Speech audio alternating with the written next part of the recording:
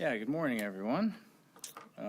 Today I'm pleased to present the Government of Alberta's 2024-2025 second quarter fiscal update and economic statement. Our economy continues on solid footing, and we've made considerable gains in recent years to position Alberta as the economic engine of Canada. But while our second quarter fiscal results remain positive and we continue to forecast a surplus for 24-25, risks are on the rise and we face mounting pressures. Oil prices have dropped considerably, falling at times below $70 per barrel in the last couple of months. Forecasters are predicting downward pressure on crude oil prices based on uncertainty around the globe. We forecast it now to average $74 US per barrel this fiscal year, in line with the budget forecast, but down $2.50 a barrel from first quarter. Each $1 drop in the WTI price carves out about $630 million from our bottom line. Our province has experienced wildfires, droughts, floods, hailstorms, and we must continue to keep Albertans safe and prepare our communities for the future. On top of that, once we reach agreements with more than 200,000 public sector workers currently in negotiations, our government must meet contract obligations within our budget. We must also meet the needs of our growing population. We've committed to build schools as fast as we can and strengthen access to doctors and our healthcare system, among so much other important work. All that, plus paying down debt and saving for a secure future for the next generations, and you can see why we must make smart and prudent fiscal decisions every day. We must use today's budget and plan budget 2025 so that our economy can flex and stretch and withstand future headwinds, including those caused by the roller coaster ride of oil. Over the last few years, we've worked hard to shore up our fiscal capacity. We have consistently addressed priorities while balancing our budget and posting surpluses that have given us room to push our province further ahead. We've made record investments to strengthen healthcare and education. We continue to provide the lowest corporate income tax rate in Canada and drove up investment, job creation, and diversification. We paid down debt and built up the Alberta Heritage Savings Trust Fund to its highest value since creation, in part by leaving all net income in the fund to compound over time. As of the second quarter, the Heritage Fund grew to $24.3 billion. We supported Albertans and businesses through devastating natural disasters and the inflation crisis. However, should oil prices continue to drop and remain below our budget projections, there is a real risk that Alberta could run a deficit next year. We are still in a very strong position and we remain cautiously optimistic, but we don't want to erode the gains we've made. We must carefully and cautiously manage our budget and continue to provide quality public services and programs to Alberta's growing population. Turning to the numbers. The second quarter forecast is for a $4.6 billion surplus in 24-25. That's $4.2 billion more than estimated in budget 2024 and shows our fiscal rules are working and keeping us on task. Forecast revenue is $77.9 billion, $4.4 billion more than budget. This is largely due to two sources. First, non-renewable resource revenue is increased due to higher bitumen royalties and a narrower light-heavy differential. Second, personal income taxes have also risen as more people move to Alberta, fill good-paying jobs, and contribute to the economy. Expense remains relatively close to first quarter projections and is now forecast at $73.3 billion in 24-25. We are boosting our spending in critical areas, namely health, mental health, the education system, and in social services. More money for physician compensation aims to help keep doctors in Alberta to serve our growing and aging population. More education funding, which we previously announced, is helping schools manage enrollment growth. And with a forecast $847 million for disaster and emergency response, we continue to support the recovery of Jasper and other communities affected by wildfires. Most of these in-year budget adjustments are being covered by a preliminary allocation of Budget 2024's $2 billion contingency, money set aside to address unexpected funding pressures within the budget year. Our legislated fiscal framework requires in-year spending increases to be covered by that contingency with certain exceptions. Our second quarter forecast includes a preliminary allocation of $1.7 billion from the contingency. That's worrying because it leaves only $279 million to address any additional pressures that may arise. It means we have to move forward cautiously and spend wisely. Sticking to our legislative fiscal framework will help us navigate our resource and revenue volatility and set a more stable course to the future. As you know, the framework mandates balanced budgets and limits in-year expense increases to a set contingency amount with certain exceptions. While our goal is to remain in balance this fiscal year, we deliberately built in some exceptions to the rules to account for matters outside of our control. For example, when we experience sharp drops in revenue or unexpected disaster costs, the framework gives the government flexibility to address unexpected events within the rules. We face wildfires again this year and could face a sharp drop in revenue next year. But we will always meet the needs of Albertans no matter what the future brings. The framework also guides us on how to use surplus cash, ensuring we don't spend it rashly on initiatives today that our budget can't sustain in the future. As of the second quarter, we forecast Alberta will have $2.9 billion in surplus cash in 24-25. Following our fiscal rules, half will pay debt coming due, while the other half will either pay down more debt, be saved in the Heritage Fund, or used on one-time initiatives that don't require ongoing funding. By saving in the Heritage Fund, we are sharing our wealth with future generations and laying the groundwork to become less reliant on volatile resource revenue.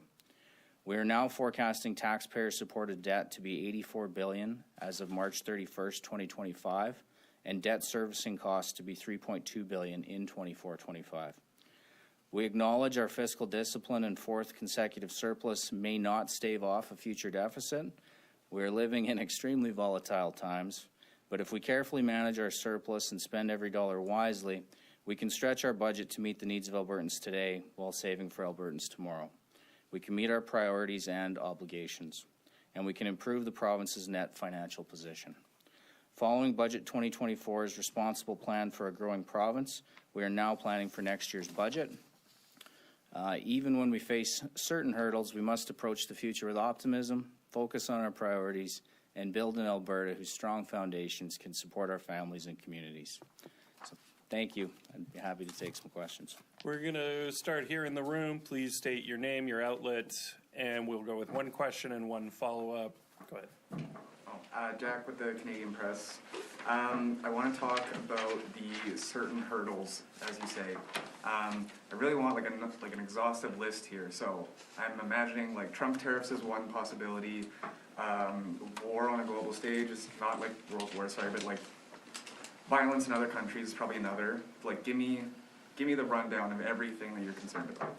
Well, I would bundle it all in volatility and complexity, and you named some big things. I know our chief economist says we don't forecast potential future policy, but we certainly monitor it, and we listen to the rhetoric and different policy proposals.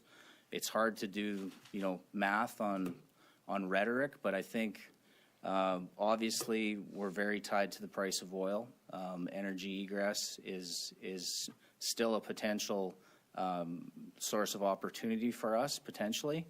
When it comes to trade with the U.S. specifically, it's mostly energy, obviously, but also agricultural products, base chemicals, things that impact the supply chain for both of us. I think there's a strong case to be made that tariffs don't make a lot of sense for the U.S. in that regard, to make those products more expensive for themselves. So that's something we have, but we're here to work with everybody, tell our story, and try to limit the volatility for ourselves. Follow up, Jack? Yeah. Switching gears completely. One of the things that's mentioned in the update that we got is the government is forecasting that unemployment will continue to rise. Like there's a new average expected for the rest of this fiscal year at 7.2%, but then looking into next year, the average that's expected is 7.4%. Does that concern you? And I guess what can government do about it? Well, I think it's in a large part tied to just the population growth number itself. We've seen strong employment growth numbers that normally you'd be super pleased with. If you have 3 or above 3% employment growth, that's very strong.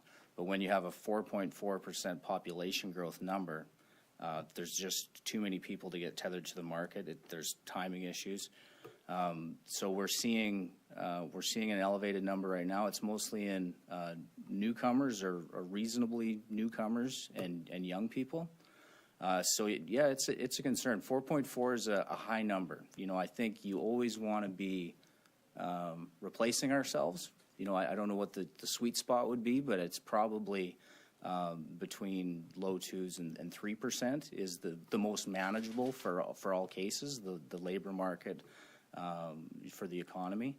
So we're always going to be chasing that a little until it subsides. Go ahead, Jenna.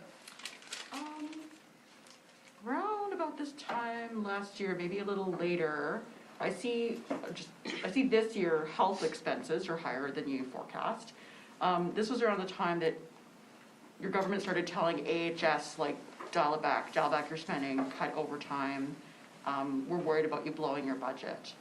But then there's a lot of people who feel like they can't access health services. So, excuse me, if health spending continues to track higher than expected, what are your plans to tell AHS and all of its new little subsidiary babies about what they're allowed to spend? Are you going to draw a hard line on what they're allowed to spend this year, regardless of demand? Well, I'm hesitant to use the word hard line when it comes to healthcare. I don't think that's what Albertans want to hear, but we definitely are trying to manage this. This is our biggest cost driver. You know, healthcare is getting more expensive and our population is getting older. But it is, we spend an exorbitant amount of time, you know, with the health minister and her team to look at everything. The big addition and one of the big pieces out of our contingency this year is on physician compensation. And like you said, not everyone has a family doctor, so we're still trying to address, you know, that concern and deal with the financial impact. But when your population is growing this fast as well, you know, some things you will have to chase. Follow up. Pivoting to the federal announcement today about GST and then Newfoundland, of course, they have an HST, so they're waiving that, they're taking a little tax holiday. We don't have a PST. What tax holiday are you going to give Albertans? So none of this scared you, eh, about what's coming towards us? No, I would say I haven't had time to be fully briefed on the federal announcement. I did see the headline, but I would say still very committed to the tax cut that was promised by the premier in the campaign. We don't forecast potential policy, and that isn't through the budget process. But that's the tax cut that I'm working on. Jay. Yeah, just a follow-up to that. Many Albertans will hear that number today, $4.6 billion, and wonder, how is that helping me? How is that helping me get through the day-to-day? They'll see that federal announcement and say, look to the province. So what do you say to those Albertans that are struggling day in and day out? And what can you promise them about this tax cut that you have been mentioning for years now? To take your tone there, yes, it's coming. I would say it's easy to, you know, I'm not going to say mislead, but it's easy to confuse people about the current state of the fiscal year we're in and tracking with the budget that we put down last spring and how the positions changed, you know, from, you know, ensuring that we had prudent, you know, conservative estimates, trying to leave upside for the province. In many ways, this helps us immensely. It means that we're borrowing less. It means that our debt servicing costs within this year have dropped by over $200 million. Less debt that we're taking in the names of those Albertans, and provides us the strength to not have to pull back and cut operational spending if we are forced to run a deficit. That's the beauty of the fiscal framework, is that if you manage it appropriately when you have a good year, you can deal with the bad year and you don't have to react in that way. But I would say to those people, we're very committed to the tax cut, and part of the consideration will be, you know, even if we are forced to face a deficit in 25, you know, is Alberta's balance sheet stronger than the individuals we're trying to help? And that'll be part of the conversation at Cabinet. Follow up. Yeah, just pivoting slightly. I know you said you can't forecast based on policy, but I guess just walk me through some of the risks or challenges with trying to look ahead, given that uncertainty south of the border with our largest trading partner. How do you factor that into the month and the year ahead? Well, so, when you have a bitumen royalties that are, around $20 billion, almost perfectly matching our tax advantage on the next closest province, and then you add in the volatility that we've all seen around oil prices forever, what we've seen lately is actually a pretty stable place. But if we're heading towards, a future where it's sustained pressure downward, it will lead us to some tougher questions. Great. Yeah, changing topics completely. AIMCO. I understand that you went to the AIMCO board and told them directly how you were being fired, and you took some sheriffs with you. Is that what actually happened? Did you go there in person and took sheriffs with you to explain? Well, I don't want to comment on security provisions that are provided to me under good advice, but I would say they tried to do that in person and then notify the people that were there. Sorry, but you took sheriffs with you. I don't want to comment on security provisions. But Stephen Harper being now the chairman of AIMCO, if Alberta does get into the position of talking about negotiating Alberta pension plan with the federal government and the CPP, would Stephen Harper, since he's former prime minister and knows the federal government really well, would he be part of the negotiating process on behalf of Alberta? Stephen Harper is the new board chair of AIMCO with a specific mandate and roles document and tasks in front of him. I see no reason down this hypothetical rabbit hole you're leading me down, Graham, how he would be involved in any way. So he wouldn't be. No, but it's kind of a ridiculous path you're taking me down, but no, he wouldn't be. I'm just saying, look, a lot of speculation. The way this was done in terms of firing the board and then bringing in Stephen Harper, of course, again, you won't talk about the sheriffs, but I understand you went there, talked in person to the people you fired and brought the sheriffs in as you fired them, and then you bring in Stephen Harper. There's all kinds of questions from the unions, for example, the public sector, ATA, teachers are concerned about what's actually happening with Stephen Harper. They're concerned, that's AIMCO, but the Alberta government's pushing. The Premier is very much in favor of an Alberta pension plan. It seems this happens so quickly, and we're looking at the province. The Premier's been clear that she's, not in favor or in favor. She's waiting to hear from the chief actuary and promised a referendum through legislation. So it doesn't matter if she's in favor or not. If it's deemed worthy by the province, it can be considered, but it's not a choice of hers. Jonathan, go ahead. How much have you heard? You've had 3 questions, Graham. Jonathan, go ahead. That's it. We haven't yet, but I do expect it soon. Hi, Jonathan Red, the Western Standard. So you have forecasted a surplus of $4.6 billion for the end of 2024, 2025. Where do you anticipate the surplus will be a few months from now? Well, that's our forecast as of right now for the end of the year. The assumptions that are built into that, I guess, around the price of oil, we still have it at 74 because year to date it's around 76.50. But we're assuming or predicting that if oil stays relatively where it's at, I think it's just under 70 today. But if it tracks around 68 or 69 to the end of the fiscal year, that would land us at the $74. Obviously, there's other changes, non-cash adjustments, the timing of how royalties come in, and then changes around, actual income taxes received. But I'd say that's our best guess for now. But we're taking into consideration potential softening for the rest of the year with that number. So you spoke about Alberta facing risks that could hurt its finances. What steps have you taken to mitigate these risks? Fiscal framework.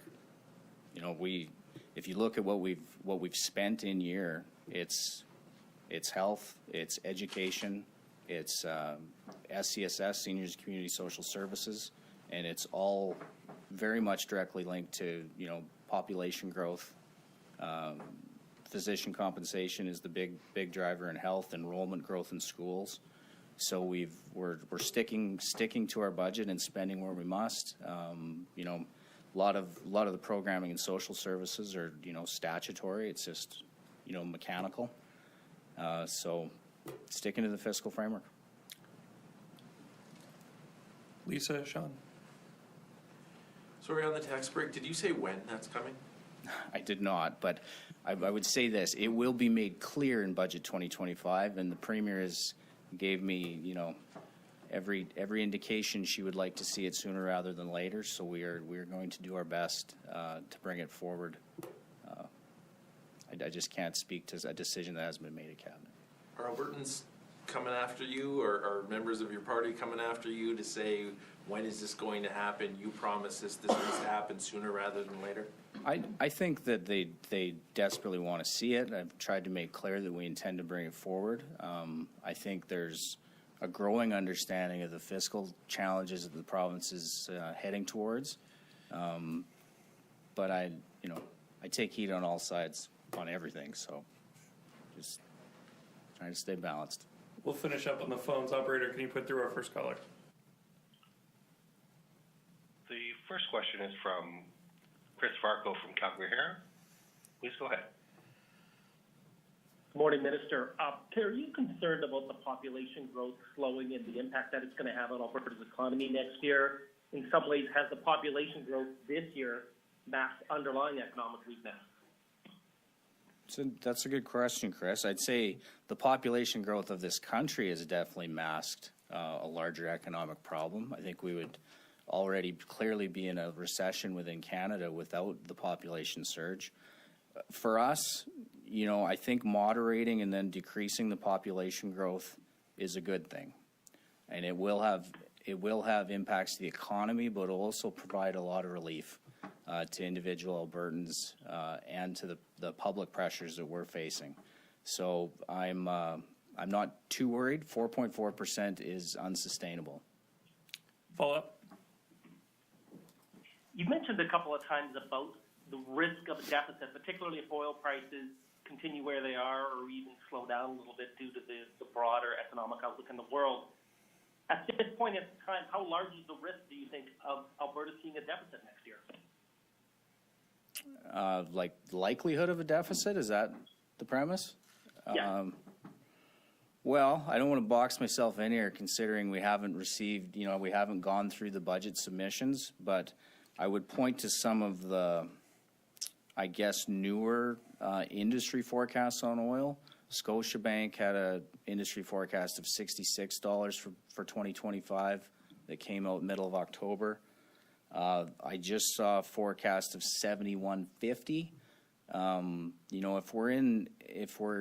If we're in the mid 70s, it's certainly a different question. If we're in the sub 70s, it's very likely. Operator, can you put through our next caller? The next question is from Kelly Cryderman from the Globe and Mail. Please go ahead. Hi there. I'm just wondering, following up on Graham Thompson's question, there has been a lot of discussion about the dramatic changes at AIMCO being about the Alberta pension plan. Can you definitively say that it's not about that? It's not about that, Kelly. There will never be a day when AIMCO is running an Alberta pension plan? Well, I would say this. It has nothing to do with any idea of an Alberta pension plan. And as we laid out in that conversation, and I'll take myself down the rabbit hole like Graham, if that were to happen, that would be a secondary decision about who the manager would be. But that would only be after all of the steps we've laid out about proving that it would have benefit both on contribution costs and benefits and pass a referendum of the people. So there would be a secondary, decision to be made at that time of, one of the options would be to remain and have CPPIB as the investment manager. So that's a decision for another day if that day were to ever come. Follow up, Kelly? Yeah, thank you for that. And how much did concerns about ESG or DEI pushes within institutional investing contribute to your decision to remove the CEO and the board at this point? Our decision was based on cost trajectory. I listen to briefings. I look at stats from our department and team that monitors all of this closely. We work with them. We try to ensure that they're a low-cost provider. We pass on the feedback that we've heard from the pensions that express concern around cost. And, this resets about renewing that mandate. And we've been working with the pensions to, make sure that their expectations are seen in the new mandate and rules document. So I think we've been clear about our rationale for the change. Thanks, Kelly. Operator, could you put through our next caller? There are no further questions at this time. Please proceed. Thanks, everyone. Okay, one more. Sorry, Minister, did you just say there's going to be a new mandate and rules document? Will there be an updated mandate and rules document, that I give to the board and the chair? It will largely remain exactly the same, but we did ask the pensions to do a little homework for us. We said, if you want to give us your feedback, so I think they're going to provide a letter that will accompany this mandate and rules document to make sure that their expectations are seen and heard. So trying to work with them. Do you have a timeline on that? Oh, it'll be quite soon. Thanks, everyone. You coming to the party on Monday? Yeah, buy your tickets. I thought so. I'm afraid I'm not going to, and it's going to be super funny.